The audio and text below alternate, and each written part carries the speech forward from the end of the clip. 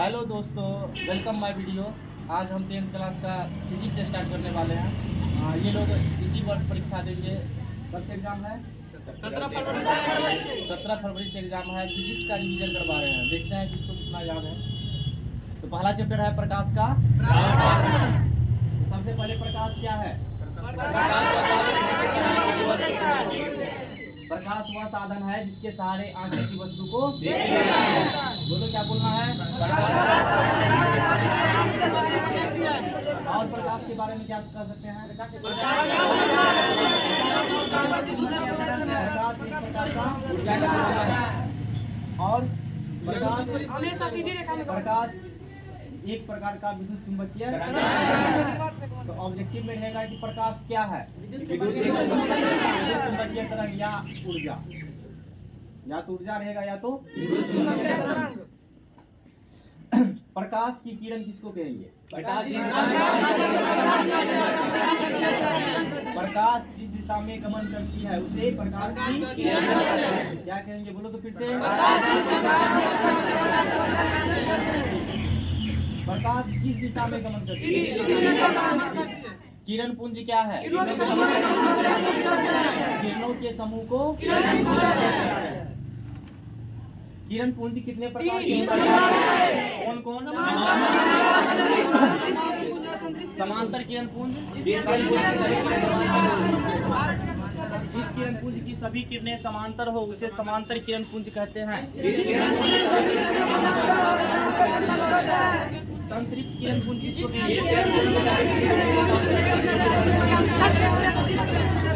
और तीसरा क्या है?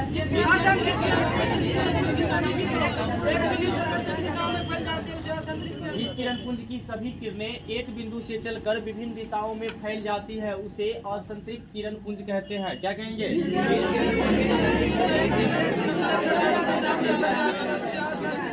तो असंतृप्त किरण पुंज का उदाहरण देना है। क्या होगा बताओ? जलती हुई मोमबत्ती। दीप्त वस्तु किसको कहेंगे? जिस वस्तु से प्रकाश निकलती है उसे और अदीप्त वस्तु किसको कहेंगे? चंद्रमा किसका उदाहरण है? अदीप्त वस्तु का। किसका? चंद्रमा के पास खुद का प्रकाश नहीं है। वो दूसरों के प्रकाश से पृथ्वी तक प्रकाश पहुंचाती है। प्रकाश का माध्यम क्या है?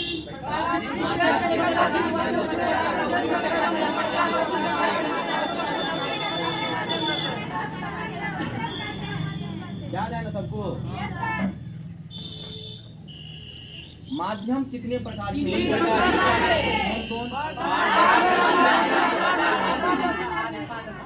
पारदर्शी, अपारदर्शी और पारदर्शी किसको कहेंगे? जिस वस्तु से प्रकाश आर पार पारदर्शी माध्यम कहते हैं। पारदर्शी का उदाहरण दो। क्या सब हो सकता है? हवा, शीशा, पानी, निर्वात, ये सब क्या है? अच्छा, प्रकाश की चाल सबसे अधिक किसमें होती है? कितनी होती है? 3 गुना 10 के पावर 8 मीटर प्रति सेकंड। कितना होगा? अपारदर्शी वस्तु किसको कहते हैं? और अपारदर्शी वस्तु का उदाहरण बताओ। पत्थर, ईंट, बालू, ये सब क्या है? और अपारदर्शी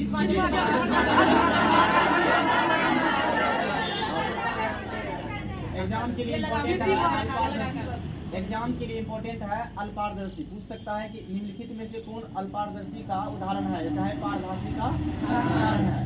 तो जैसे रहेगा सूती कपड़ा, पानी और पत्थर रहेगा। इसमें से कौन होगा? सूती कपड़ा। ठीक है। और क्या सब हो सकता है? कागज और ठीक है। छाया किसको कहेंगे?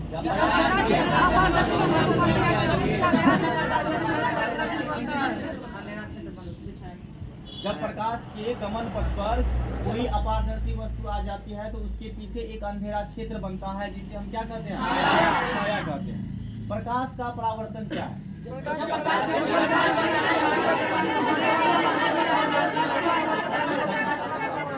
जब प्रकाश की किरण किसी सतह से टकराकर पहले वाले माध्यम में लौट जाती है तो इसी घटना को क्या कहते हैं? इंपॉर्टेंट है एग्जाम के लिए, इसको याद कर लेना है। परावर्तक सतह किसको कहते हैं? जिस सतह से प्रकाश टकराती है उसको क्या कहते हैं? सबसे अच्छा परावर्तक चांदी और परावर्तक सतह कितने प्रकार के? नियमित और अनियमित। नियमित परावर्तक सतह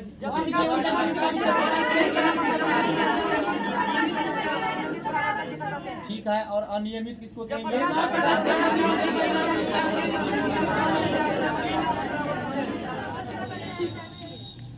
आपतित किरण किसको कहेंगे? जिस किरण परावर्तित किरण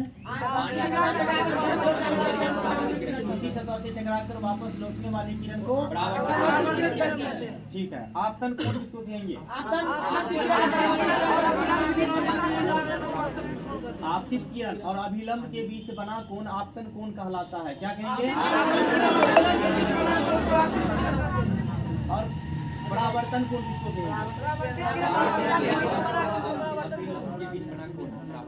जोर से बोलो। परावर्तित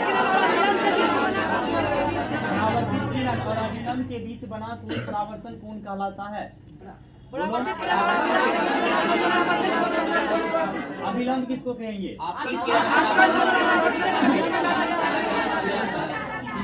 प्रकाश के परावर्तन के कितने नियम? कौन कौन?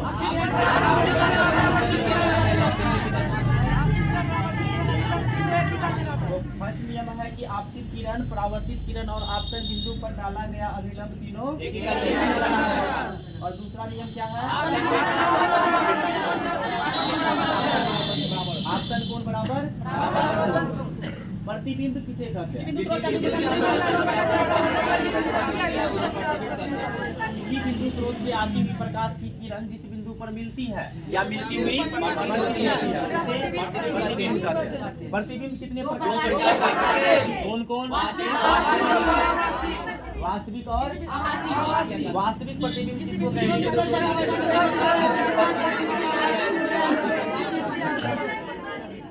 किसी बिंदु स्रोत से आती हुई प्रकाश की किरण परावर्तन के बाद जिस बिंदु पर मिलती है उसे वास्तविक प्रतिबिंब। फिर से बोलो, क्या बोल रहे हैं?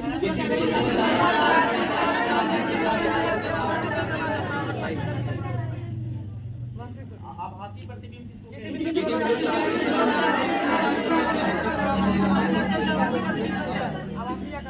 किसी बिंदु से आती हुई प्रकाश की किरण जिस बिंदु पर मिलती हुई प्रतीत होती है उसे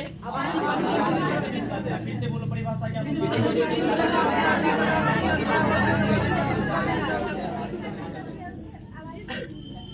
तो आभासी प्रतिबिंब का दूसरा नाम क्या है?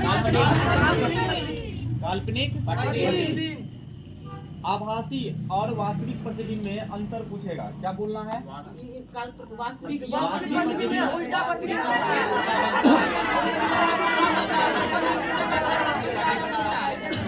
तो पहला अंतर कहना है कि वास्तविक प्रतिबिंब उल्टा होता है जबकि आभासी प्रतिबिंब क्या कहेंगे? पहला वास्तविक प्रतिबिंब को पर्दे पर प्राप्त किया जा सकता है जबकि आभासी प्रतिबिंब को पर्दे पर प्राप्त नहीं किया जा सकता है। बोलो दूसरा, क्या बोलना है?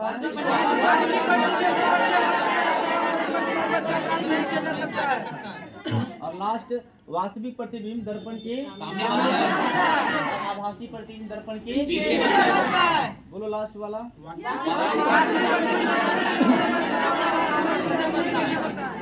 अच्छा, दर्पण किसको कहेंगे?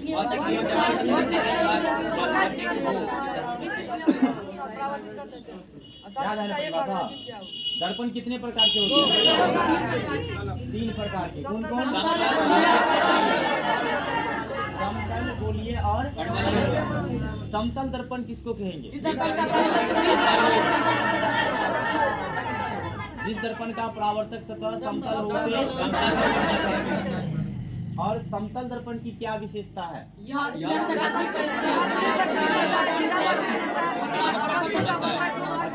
तो याद रखना है कि समतल दर्पण में हमेशा काल्पनिक और सीधा प्रतिबिंब बनता है। प्रतिबिंब वस्तु के और समतल दर्पण में क्या होता है? कोई वस्तु दर्पण के जितने आगे होता है प्रतिबिंब और जितने पीछे होते हैं। यह पार्श्व परिवर्तन दर्शाते हैं। पार्श्व परिवर्तन का अर्थ क्या हुआ? दायां भाग बायां प्रतीत होता है और बायां भाग विपरिवर्तन क्या है?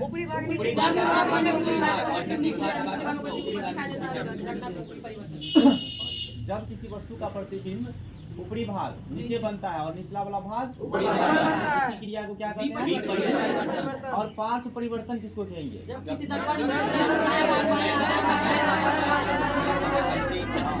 दर्पण में वस्तु का दायां भाग बायां प्रतीत होता है और बायां भाग क्या कहते हैं?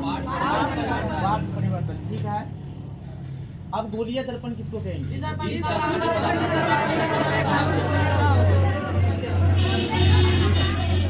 गोलीय दर्पण कितने प्रकार के होते हैं? कौन? उत्तल दर्पण किसको कहेंगे? जिस दर्पण का परावर्तक सतह उभरा हुआ उत्तल दर्पण। और अवतल दर्पण उत्तल दर्पण का दूसरा नाम क्या है? अपसारी दर्पण और अवतल दर्पण। तो याद रखना है, उत्तल दर्पण का नाम दूसरा क्या है? अवतल का अपसारी दर्पण। अच्छा, उत्तल दर्पण को अपसारी दर्पण क्यों कहते हैं?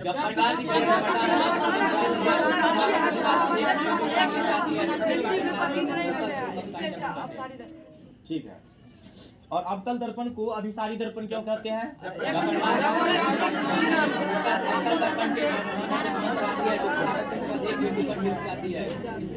अवतल दर्पण में परावर्तन के बाद सभी किरण एक बिंदु पर मिल जाती है, इसीलिए इसको क्या कहते हैं? अभिसारी दर्पण। आगे है वक्रता केंद्र। वक्रता केंद्र किसको कहेंगे? गोलीय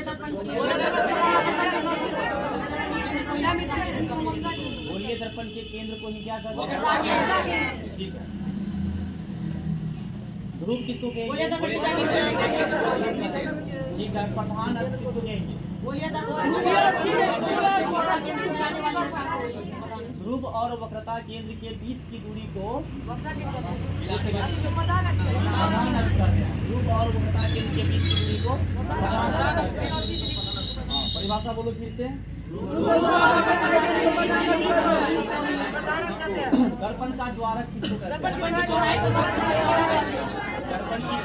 दर्पण का द्वारक कहते हैं। अच्छा, फोकस किसको कहेंगे?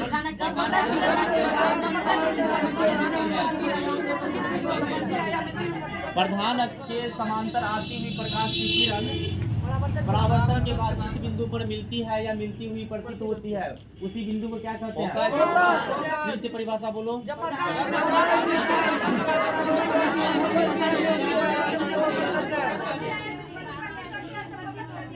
ठीक है, वक्रता त्रिज्या किसको कहेंगे?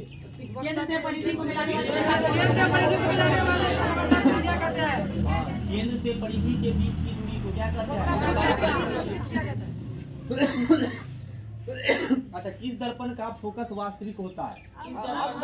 अवतल का, जबकि उत्तल दर्पण का फोकस काल्पनिक होता है। फोकस दूरी किसको कहेंगे? ध्रुव और फोकस के बीच की दूरी को फोकस दूरी कहते हैं। अच्छा, गोलीय दर्पण की फोकस दूरी और वक्रता त्रिज्या में क्या संबंध है? गोलीय दर्पण की फोकस दूरी वक्रता त्रिज्या की क्या कहेंगे? बोलो तो।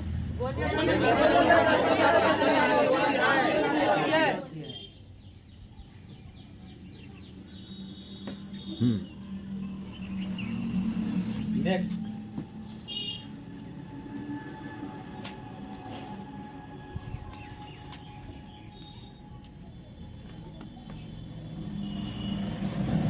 अब करना है कि उत्तल प्रतिबिंब कैसे प्राप्त किया जाता है, तो इसके लिए 6 नियम है। कितना नियम है? 6 नियम। और पहला नियम है कि जब प्रकाश की किरण को अवतल दर्पण के पठान अक्ष के समांतर, एक सेकेंड, और जब प्रकाश की किरण अवतल दर्पण के फोकस पर आती है तो दर्पण से परावर्तन के बाद मुख्य अक्ष के समांतर हो जाती है।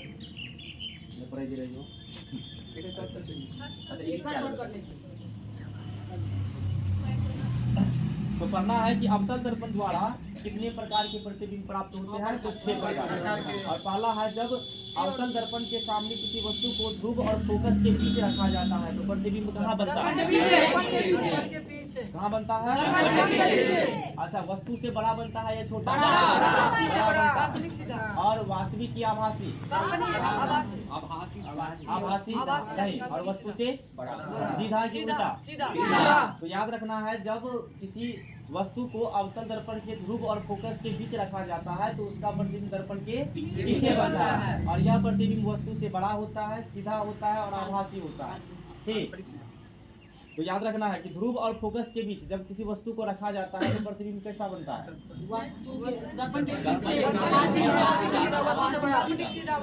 कैसे बोलो?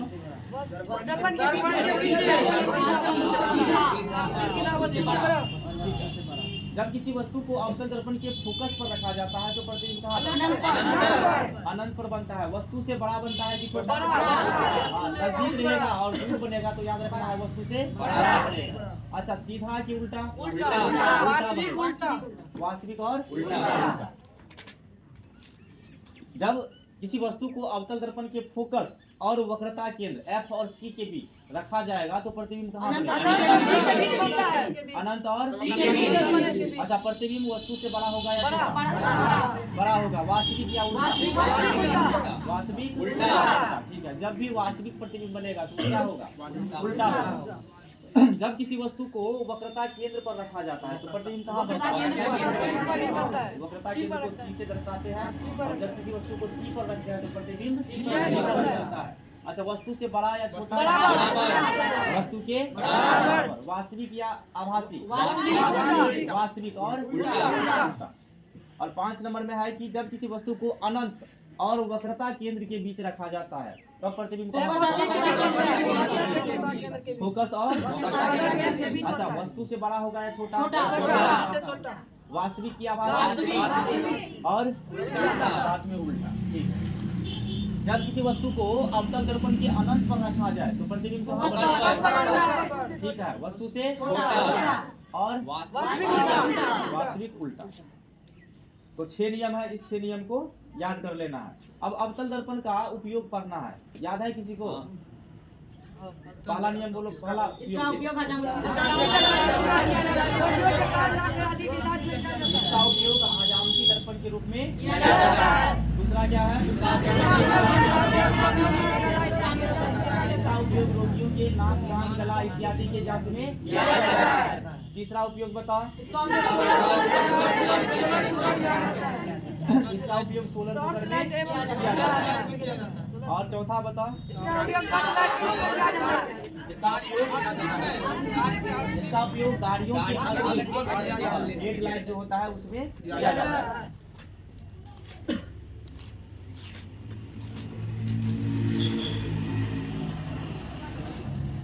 अब करना है कि उत्तल दर्पण में प्रतिबिंब की स्थिति। जब किसी वस्तु को उत्तल दर्पण के सामने अनंत पर रखा जाए तो प्रतिबिंब कहाँ बनेगा? कैसा बनेगा? बहुत छोटा। हाँ, याद रखना है कि उत्तल दर्पण में हमेशा वस्तु से छोटा प्रतिबिंब बनता है। ठीक, और दर्पण के सामने बनता है या पीछे? दर्पण के पीछे बनता है और आभासी होता है। अच्छा, जब किसी वस्तु को उत्तल दर्पण के अनंत और ध्रुव के बीच रखा जाए तो फोकस और ध्रुव के बीच बनता है। और कैसा होता है? आभासी, सीधा और वस्तु से छोटा। उत्तल दर्पण का उपयोग सबसे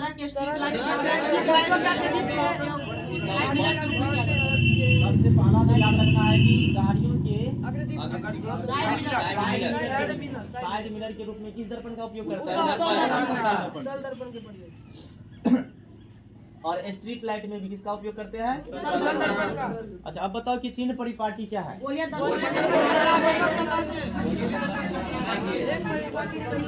वस्तु के आगे बनता है, वस्तु के पीछे बनता है, दोनों स्थितियों में वस्तु को पहचानने के लिए परिपाटी बनाई गई है, जिसे चिन्ह परिपाटी। बोलिए दर्पण के द्वारा किसी वस्तु का प्रतिबिंब कभी दर्पण के सामने बनता है तो कभी दर्पण के पीछे बनता है। इस स्थिति को स्पष्ट करने के लिए चिन्ह परिपाटी की आवश्यकता होती है, इसे ही चिन्ह परिपाटी कहते हैं।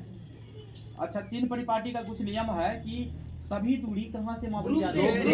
याद रखना है, सभी दूरी रूप से मापी जाती है। अच्छा, आपतित किरण दिशा में मापी गई धनात्मक होती है, जबकि इसके विपरीत नापी ऋणात्मक। अच्छा, मुख्य अक्ष से ऊपर मापी गई और नीचे अपरना है। अच्छा, दर्पण सूत्र क्या है? वस्तु की दूरी, के बीच की दूरी संबंध दर्शाता है। वह सूत्र जो दर्पण की, वह सूत्र जो वस्तु की दूरी, प्रतिबिंब की दूरी और फोकस के बीच का संबंध दर्शाता है, उसे ही क्या कहते हैं? दर्पण सूत्र। और दर्पण सूत्र किसी को याद है? 1/v + 1/u = 1/f। आवर्धन किसको कहते हैं? हाँ, वस्तु की ऊंचाई और प्रतिबिंब की ऊंचाई के अनुपात को क्या कहते हैं? आवर्धन कहते हैं। आवर्धन को दर्शाते हैं आवर्धन बराबर क्या होगा? माइनस। ठीक है। अच्छा, यदि आवर्धन का मान धनात्मक होगा तो प्रतिबिंब कैसा होगा? काल्पनिक और वही जब आवर्धन का मान ऋणात्मक होगा तब क्या होगा? वास्तविक और उल्टा। अच्छा, कुछ मेन पॉइंट इस चैप्टर से याद रख लेना है, जैसे कि प्रकाश क्या है? विद्युत चुम्बकीय और क्या है? ऊर्जा। अच्छा, निर्वात में प्रकाश की क्या? चंद्रमा क्या है? ठीक है। दो समतल दर्पण के बीच कितनी अनंत। प्रकाश की किरण को पहले माध्यम से वापस लौटने की क्रिया को क्या कहते हैं? प्रकाश के परावर्तन की कितनी? ठीक है। वास्तविक प्रतिबिंब कैसा होता है? जबकि आभासी प्रतिबिंब होता है। उत्तल दर्पण को और कौन सा? अभिसारी कहते हैं। अपसारी और अवतल दर्पण को गोलीय दर्पण की फोकस दूरी मुख्यतः। अच्छा, एक क्वेश्चन और, उत्तल दर्पण का फोकस वास्तविक होता है, नहीं धनात्मक होता है या ऋणात्मक? उत्तल दर्पण का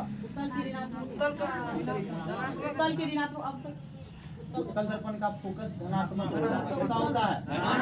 जबकि अवतल दर्पण का फोकस।